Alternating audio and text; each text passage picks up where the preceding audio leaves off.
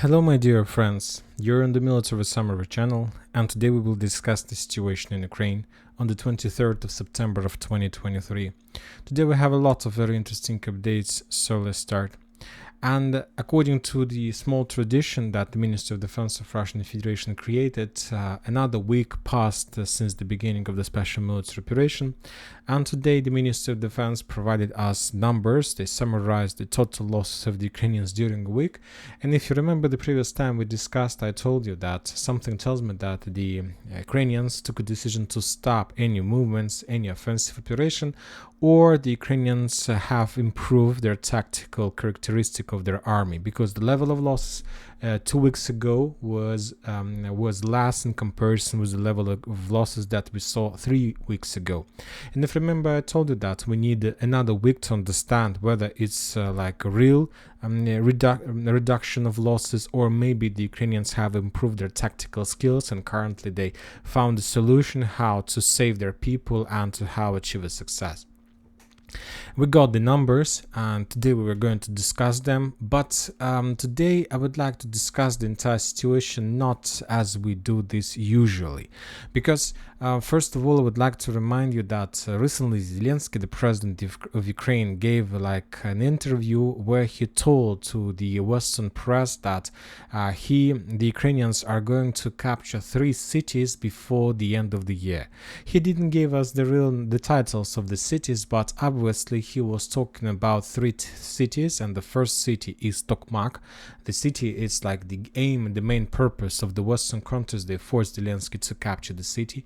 Also, the Zelensky was talking about Bakhmut, Artyomovsk, of course, obviously, because there are very big concentration of Ukrainian forces in this area, and nobody knows about the third city. A lot of rumors, a lot of things, speculations. Some sources are saying that Zelensky was talking about Solidar, maybe some other cities, but I'll give you my opinion, and today during the video I'll try to explain to you why I think like this. And according to my understanding, the third city that Zelensky is going to take is Svatovo, the city that located on the Kupiansk-Liman direction. So now let's start, but one more time. Today we're not going to do this as we used to do this usually. Now we're going to make a little bit different, like map, not like map, a little bit different viewing of this map.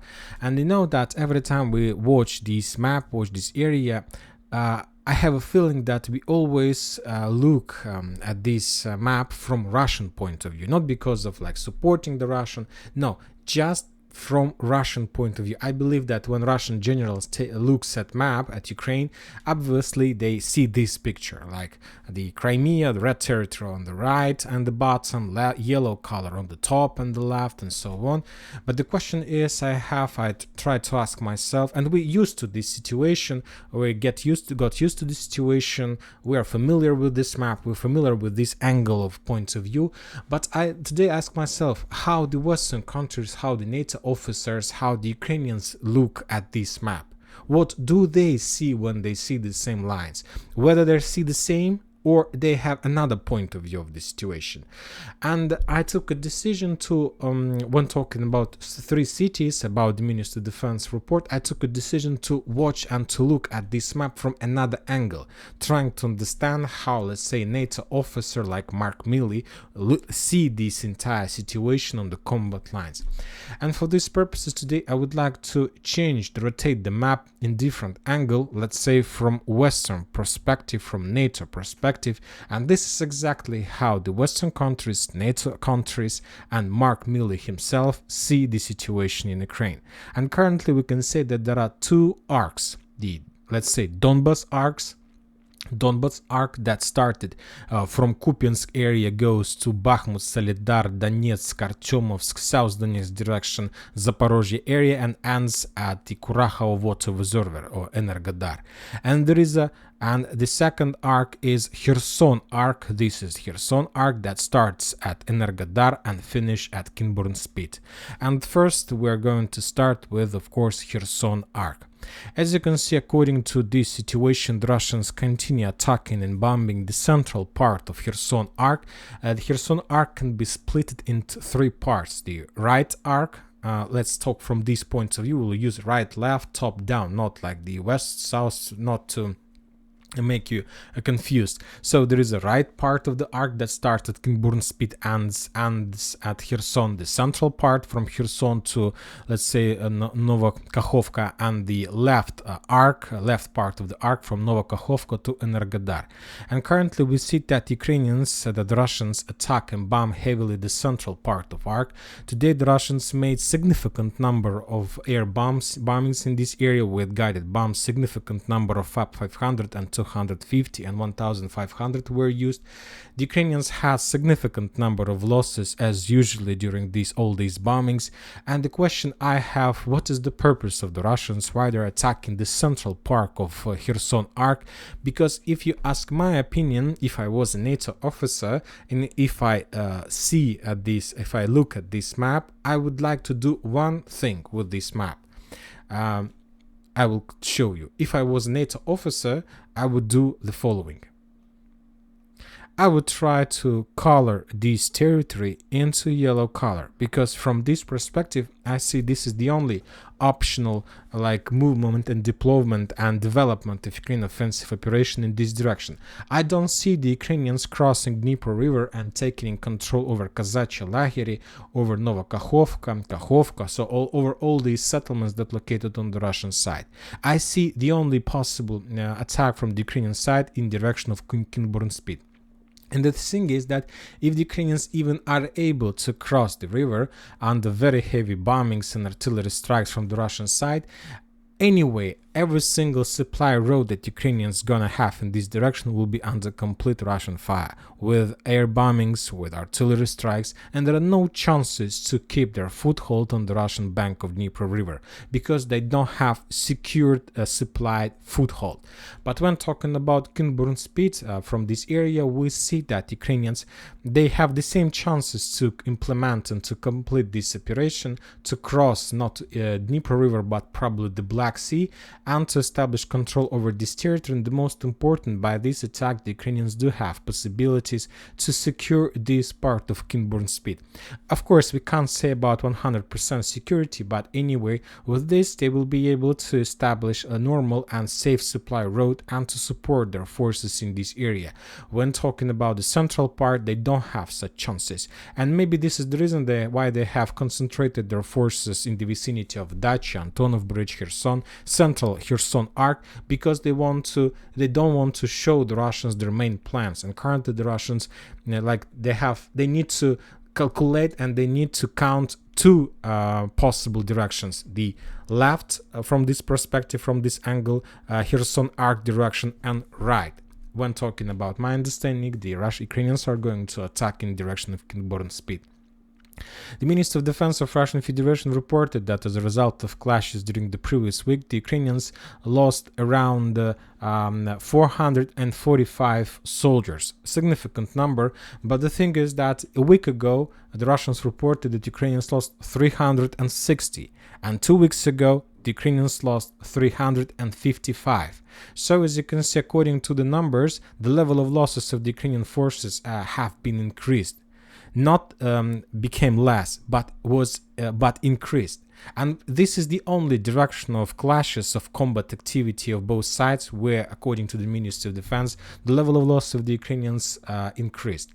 And this is the reason I assume that this area is going to be a primary within the next weeks because of concentration of Ukrainian forces. Obviously, the level of losses increased because of concentration of Ukrainian army in this area. So the bigger concentration, the more intensifying of attacks, the more losses we have. So this is like the logic, and that means that if the Ukrainians increase the concentration, that means that they're about to start their operation in this direction.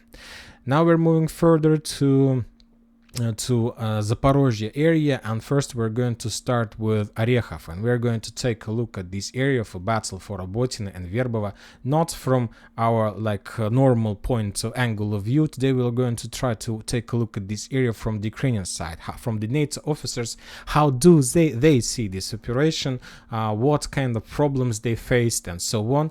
And to have better understanding of the situation, of course, it's better to increase the number of updates at least for 3 days.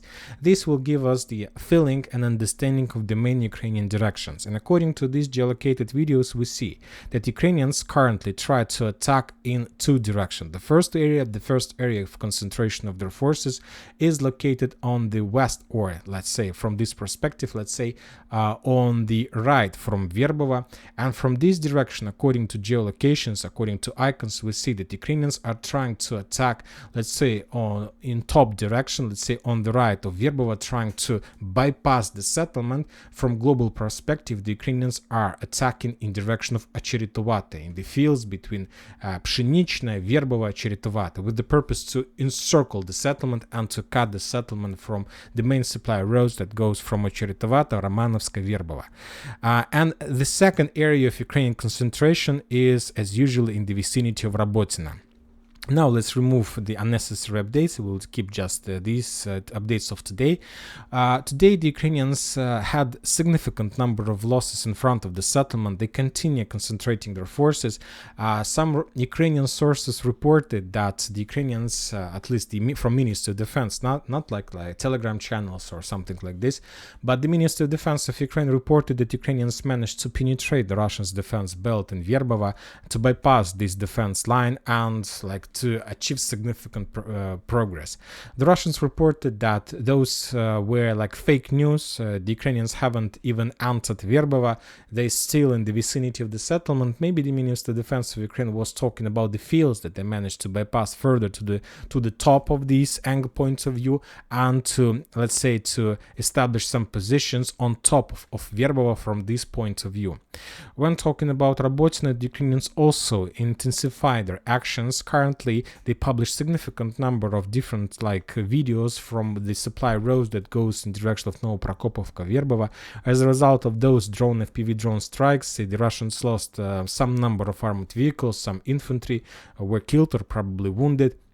The Russians from their side established control over the, top position of Robotyne from this point of view. They attack also significant number of armored vehicles, Bradleys, and different platoons of Ukrainian infantry. So the situation is not stable. The Ukrainians continue concentration, but if you ask my opinion, and I don't see successful complete of Ukrainian operation in this direction. Because this is the first city. The video has the thumbnail 3 cities, and the first city that Ukrainians promised to capture by the end of this year is Tokmak. This is Tokmak city, and I don't see any successful complete of this operation without this area. So obviously, at least to me, if the Ukrainians want to successfully complete the battle for Tokmak and to capture the city before the new year, they need to develop their positions. They need to improve this, artillery pocket that they're currently located in. But it's too long. It's too much and it's too long. I don't think the Ukrainians have time for this. They're going to fight just one Verbova for the next months or even more. How are they planning to capture Tokmak? I don't know. The Ministry of Defense reported that when talking about Robotyne Verbova artillery pocket, the Ukrainians, or Bradley Square, the Ukrainians lost during the previous week around 515 soldiers. In comparison, 2 weeks ago, they lost 740 soldiers. 2 weeks ago, according to information we have, they lost 845 during the previous third week from this one. So as we can see, the level of losses has been reduced almost for 30%. So the question is whether there are no clashes or the Ukrainians improve their tactic like skills of their army. Of course, currently the Ukrainians have changed their tactic and they used very small groups of 2-3 soldiers to reduce the losses, and maybe that allowed them to reduce the level of losses. They stopped attacking and moving among the fields with very big platoons of 10, 15, and 20 soldiers, which is perfect target for the Russians' FPV drones, and they use just 2-3 soldiers. And of course sometimes the Russians don't want to waste their drones against small groups and artillery systems as well. And when the Ukrainians reach some point, they start concentration. This is the tactic, as we discussed previous videos. So from there are like two things. From one side, the Ukrainians managed to improve their tactical skills by using new tactics of 2-3 soldiers groups, and from the other side we see that there is also some reduce of activities. Currently, just a few days ago, the Ukrainians started any clashes in the direction Verbovo-Rabotina. The previous few days there was a small operational pause in this direction. Now we are moving further to Vremivka tactical bridgehead, to this area. If we take a look at this area from Ukrainian perspective, from NATO perspective, we see that the only thing that Ukrainians managed to achieve, to complete in this direction, is to maintain the combat line. And currently, from this perspective, I don't see any further steps from the Ukrainian side. During the day, we got some videos from the Ukrainians how they were bombing and attacking, how the Russians were bombing and attacking the Ukrainian positions, their FPV drone operator positions. They're just fire points with artillery strikes and so on. Just a regular military routine without any response from the Ukrainian side. The Russians published, as you can see, at least 3 videos from this direction. As a result of artillery strike, FPV drone strike, they managed to discover and destroy some artillery systems, some armored vehicles in the vicinity of Prichistovka, Urozhaine, Staromlynovka, and there was even one artillery system that was destroyed as a result of Russian counter-artillery duel. The Ukrainians haven't published nothing. But Vremivka tactical bridgehead is not the only city, not the only direction when talking about South Donetsk direction. To talk about South Donetsk direction, we talk usually about Vremivka and the area or artillery pocket between Novomikhailovka and Vodyane, this area as well.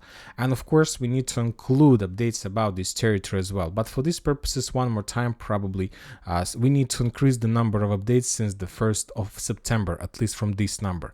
And we see complete Russian superiority in the area of Novomikhailovka, Konstantinovka. And if you ask my opinion, as we discussed many times in the previous videos, all this activity from the Russian side forced me to draw this small cloud, this one. So this, for me, this is obvious decision, obvious solution from the Russian side to start offensive operation and to cut this Novomikhailovka, Konstantinovka artillery pocket. And the Russians need this operation. I expect maybe from one day to another the Russians are going to start this operation. Maybe they want to wait a little bit more, or maybe they want to force the Ukrainians to start their next phase with capturing of the 3 cities they promised to capture, like Takmak, then Bakhmut, Artyomovsk and Svatova. But this operation is must operation, is obvious operation from the Russian side, which will allow them to develop their offensive operation further in direction of Kurachovo, of course, further in direction to encircle Ugledar and to attack Novelika Novoselovka and to the, let's say, left flank from this angle of view. Let's remove the unnecessary icons and continue further.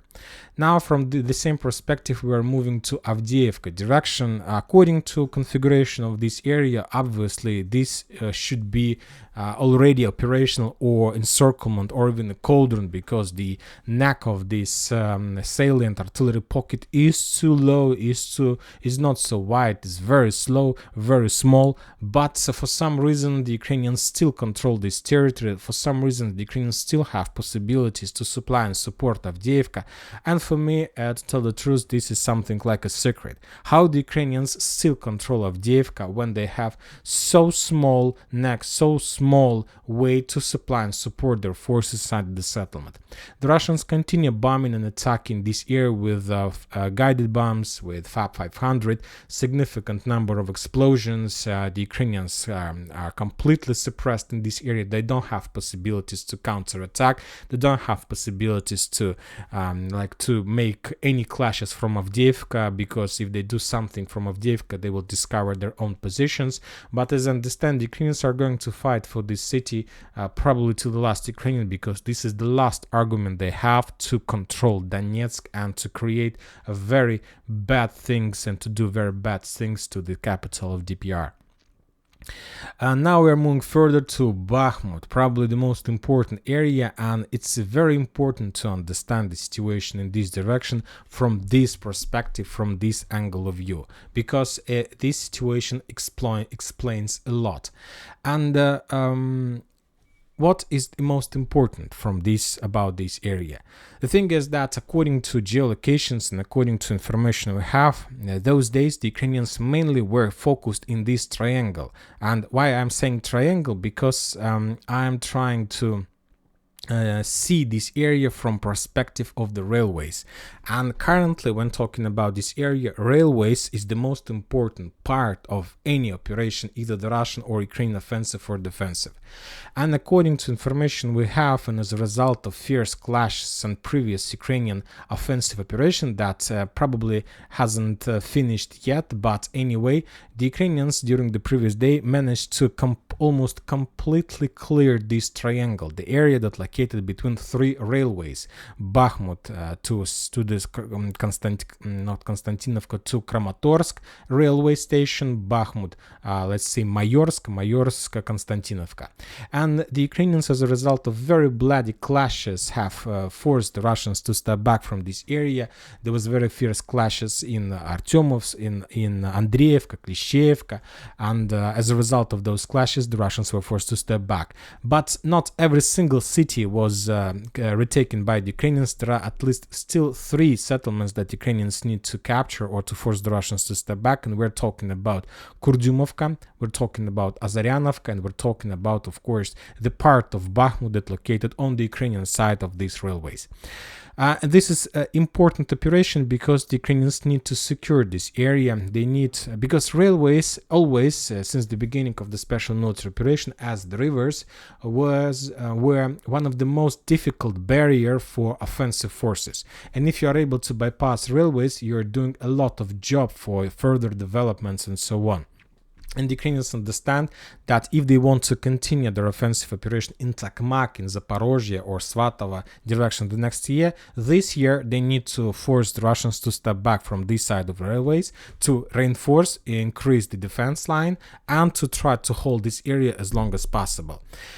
Today there were a lot of updates. The Russians were bombing and attacking the Ukrainians along the railways. The Ukrainian concentration of forces. Currently, the Ukrainians try to concentrate their forces in the vicinity of Azaryanovka, Kurdyumovka. They prepared themselves before the final push. There were a lot of strikes, FPV drone strikes. This video was published by the Russian sources, how the Russians were bombing and attacking the Ukrainian positions in the vicinity of Kurdyumovka, Azaryanovka. And today we also got very interesting detailed video from the Minister of Defense of Russian Federation. We will not publish this video, but the Russian Minister of Defense, and I was very surprised, still confirms that the Russians control Klishchevka, and the Russians published the video of significant number of dead bodies and killed Ukrainian soldiers in this area, in the basements, on the streets, dozens, maybe even hundreds of Ukrainian soldiers. So for now, I added this white flag on the Russian in a red circle, the territory under Russian control. But for now, I'm not going to change the color of the territory because we need more details and more proofs of that. But anyway, that video was published, and that information was published by the Minister of Defense of Russian Federation. So we have completed with this triangle. The Ukrainians before the new year they need to take control of Kurdyumovka, Zaryanovka. I don't think that Ukrainians have possibility to take control over the part of Bakhmut that located on the Ukrainian side of the railways, but at least they're able to block this territory from Ivanovska, Khromovo, Klishchevka, to encircle, to make half encirclement of this area, and to keep and to try to save this configuration as as long as possible. So we finished with this triangle, and now we're moving to, let's say, Slaviansk or Siversk Square, this area, another area between the railways. We're talking about this territory, and there are a lot of problems for the Ukrainians, and this is probably the most problematic, the most terrible and difficult situation for the Ukrainians, difficult area for the Ukrainians. As you can see, the same story. There is a railway that is some small, like a circle, and right in front of you, this railway goes from Siversk to Solidar, Paraskovyevka, Bakhmut, Chasov Yar, Volodymyrovka, Kramatorsk, Slavyansk, Liman. So this is the circle, and this is the perfect circle to defend, but circle is too big, and currently the Ukrainians have one problem. At one point of this natural barrier, railway barrier, the Russians managed to penetrate the Ukrainian defense belt. I'm talking about Paraskovyevka, Solidar, Artyomovsk, this red territory under Russian color, under Russian control. And after the Ukrainians finish their offensive operation, if they finish this offensive operation ever, as soon as the Russians understand that Ukrainians don't have possibilities to continue their offensive operation, the Russians have chances to develop their attacks in this square, because they don't have barriers, they don't have problems in this area. The only thing you need is artillery superiority, aviation superiority, intelligence superiority, a lot of powerful, experienced stormtroopers, and you will be able to capture this territory easily without any problems. And this is exactly what the Ukrainians will try to achieve by the end of this year, when saying that we are promised that we will return control over Bakhmut. Mainly they're talking not about the entire Bakhmut, because they don't care about the Bakhmut and Solidar that located on the Russian side of the railway, but they need, as this is as must operation, to force the Russians to step back from this side of the railways, and they will do everything they can, because if they are not able to do this, if the Russians get their time and counterattack, if they bring Wagner back in this direction, they can collapse the entire front line, and a lot of cities of the Ukrainian forces will fall automatically. We are talking about Siversk, we are talking about Chasov Yar, Kramatorsk, Slaviansk, and this entire operation will be finished, at least in this direction. When talking about the Ministry of Defense report, the Russians told us that as a result of clashes during the previous week, the Ukrainians lost 1,455 soldiers. 2 weeks ago, the previous Saturday, the Russians reported that Ukrainians lost during the 2 weeks ago, so let's say 1,700 soldiers. And third week from this one, the Ukrainians lost 2,100. So basically we see that the level of losses has been reduced significantly from 2,100 to 1,400, up to a level of losses reduced for 2 battalions. When talking about these changes, I believe that mainly they're connected with the situation that the Ukrainians have almost cleared the triangle. I'm talking triangle between Bakhmut, Konstantinovka and Kurdyumovka. This triangle was almost cleared. The Ukrainians currently are focused on finishing operations, clearing operation, but most of the Russian forces were moved to the north. I expect that the next weeks the Ukrainians will redeploy their forces in this square, and they will try to renew their offensive operation, and there are going to be more clashes, more bloody battles. Why the Ukrainians have reduced their activity? Because Zelensky currently visiting Europe, North America, and he will bring weapon. He will bring a lot of weapon from Western countries, and currently the main purpose is to save people, not to send them to the mid grinders and mid storms. Now they want to keep soldiers, to give them some time for rest, to sign contracts, to get military aid, and after that Ukrainians will restart everything from the beginning on the northern flank of Bakhmut, and when talking about this, in the area of this square. And if they are defeated there, they can be defeated, the Russians can counterattack and to get a lot. So this is going to be a very bloody battle, even more bloody in comparison with that triangle we discussed a few minutes ago. And we're getting to the final area, to Kupiansk-Liman direction, very interesting territory. But when talking about this area from perspective of NATO officer, we see that the front line combat line is almost strict. There is no problem for the Ukrainians. They do have a lot of like supply roads. There is a very big forest, this one, and there are a lot of hidden positions, hidden pontoon bridges that Ukrainians use to supply and support their forces in Kupiansk-Liman direction. So there is no problems for them, and the only interesting update that we got of today is that Russian sources reported that, if you remember a few days ago, we discussed how the Ukrainians redeployed Leopards in this direction, and that the Russians, using Lancet hit, destroyed 2 Ukrainian Leopards. And today we got update that those Leopards was under control of completely 100% Germany crew. So that was a very small Germany army in the fields of Kupiansk-Liman direction that was destroyed by it wasn't even Ukrainian army. The tank was German, the crew was from German, the rounds was German, everything was German. The only territory that crew was fighting in was Ukrainian territory. But you know that it was very interesting and very interesting detail. Anyway, that those tanks were destroyed, and when talking about some geolocations, just another Lancet strike from the Russian side. The Russians managed to discover the Ukrainian positions and so on. And why I'm saying that the third city that Zelensky promised to capture is going to be Svatova. Obviously, the Ukrainians, when the Russians started their offensive operation in the direction of Kupiansk, Sinkovka, that the main purpose of that attack, of that operation, was to force the Ukrainians to redeploy their strategical reserves from Bakhmut direction or Zaporozhye in direction of Kupiansk, and just to slow down them on those strategical directions. And of course, Ukrainians have concentrated significant forces, 115th mechanized, 41st, 88th, a lot of brigades, a lot of mechanized brigades from strategical reserves, old Ukrainian army, 68th Jaeger brigade, a lot of territory defense, 13th Jaeger Brigade, 3rd Tank Brigade. There is a very powerful armored fist, and the Ukrainians redeployed their army in this direction with the purpose to stop the Russian offensive operation.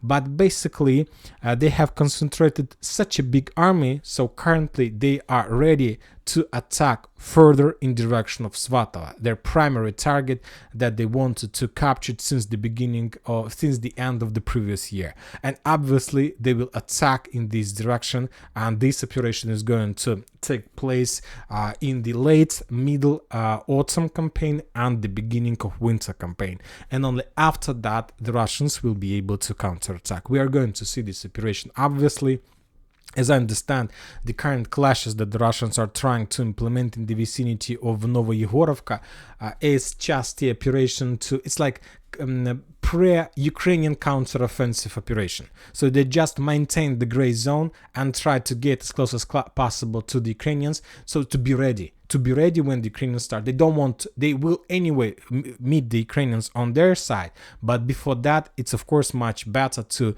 meet the Ukrainians somewhere as far as possible from the main defense positions, like in the vicinity of Rabotina, and to get ready on the main direction, to get time for redeployment of strategical reserve, some Russian strategical reserves. So this is, as I understand, according to my understanding, is going to be the third city that the Ukrainians are planning to return or to capture.